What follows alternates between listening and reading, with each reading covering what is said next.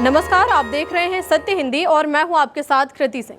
पाकिस्तान के प्रधानमंत्री शहबाज शरीफ की रियाद यात्रा के दौरान पाकिस्तान और सऊदी अरब ने एक दूसरे की रक्षा करने का समझौता कर लिया है। यानी कि अगर इन दोनों देशों में किसी भी एक देश पर हमला होता है तो उसे दोनों देशों पर हमला माना जाएगा। इस पर भारत ने प्रतिक्रिया देते हुए कहा है कि ये कोई नई बात नहीं है। इन दोनों देशों के बीच रिश्ते पहले से ही अच्छे हैं और अब बस इस दोस्ती को औपचारिक रूप दे दिया गया है।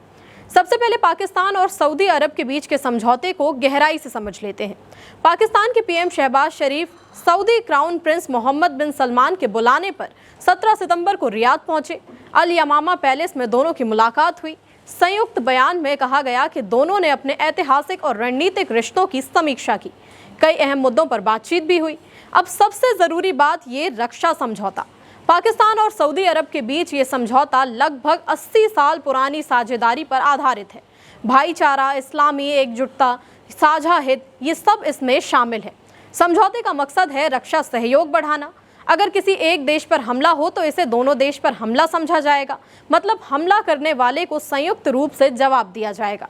इस बैठक की एक फोटो में Pakistan army chief field marshal Asim Munir, PM Sharif और सऊदी प्रिंस साथ में नजर आ रहे हैं।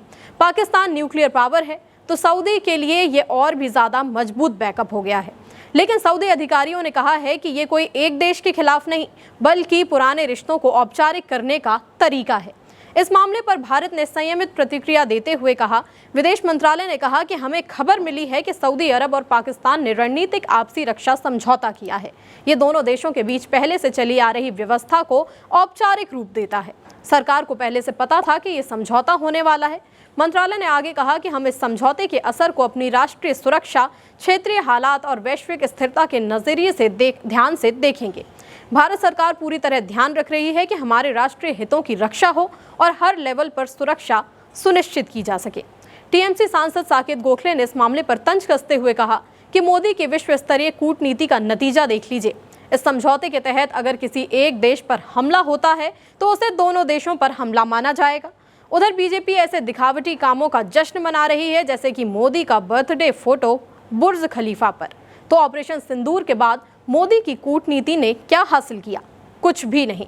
ये समझौता ऐसे वक्त में हुआ है जब पहलगाम आतंकी हमले और भारत की जवाबी कार्रवाई ऑपरेशन सिंदूर के बाद भारत और पाकिस्तान के रिश्ते बेहद बिगड़ गए हैं। वहीं दूसरी ओर सऊदी से भारत के रिश्ते काफी मजबूत हैं। अप्रैल में जब प्रधानमंत्री मोदी सऊदी अरब गए थे तब पहलगाम आतंकी हमले की सऊदी अरब ने कड़ी निंदा की थी। उस वक्त जारी संयुक्त बयान में साफ कहा गया था कि आतंकी हमलों को किसी भी वजह से सही नहीं ठहराया जा सकता। दोनों देशों ने सीमा पार आतंकवाद की निंदा की और सभी देशों से कहा कि आतंकवाद को हथियार की तरह इस्तेमाल करना बंद कर दें। जहां भी आतंकी ठिकाने हैं उन्हें मिटाएं और जो लोग ऐसे हमलों के पीछे हैं उन्हें जल्दी से जल्दी सजा दें। सऊदी अरब और पाकिस्तान के रिश्ते कई दशकों पुराने हैं। पाकिस्तान ने सऊदी को सैन्य प्रशिक्षण दिया, सुरक्षा में मदद की। अब ये सब औपचारिक रूप से समझौते में बदल गया है। लेकिन इसके समय पर सवाल उठ रहे हैं क्योंकि हाल ही में इस्राएल ने कतर पर हमला किया, जिसके बाद खाड़ी देशों में चिंता बढ़ गई। अमेरिका पर भरोसे को लेकर सवाल भी उठे तो सऊदी ने पाकिस्तान का साथ लिया। भारत के लिए इसका क्या मतलब है? पाकिस्तान को सऊदी का समर्थन मिलने से सीमा पर तनाव बढ़ सकता है। परमाणु हथियारों के नजरिए से देखें तो पाकिस्तान अपनी परमाणु छत्र छाया सऊदी तक पहुंचा सकता है। लेकिन विशेषज्ञों का कहना है कि यह समझौता रक्षा सहयोग पर है, किसी खास मुद्दे पर नहीं। आपकी क्या राय है इस मामले में? हमें कमेंट में बताइएगा। वीडियो पसंद आया तो लाइक और शेयर करें और चैनल को सब्सक्राइब कर लें। फिलहाल के लिए इतना ही। नमस्कार।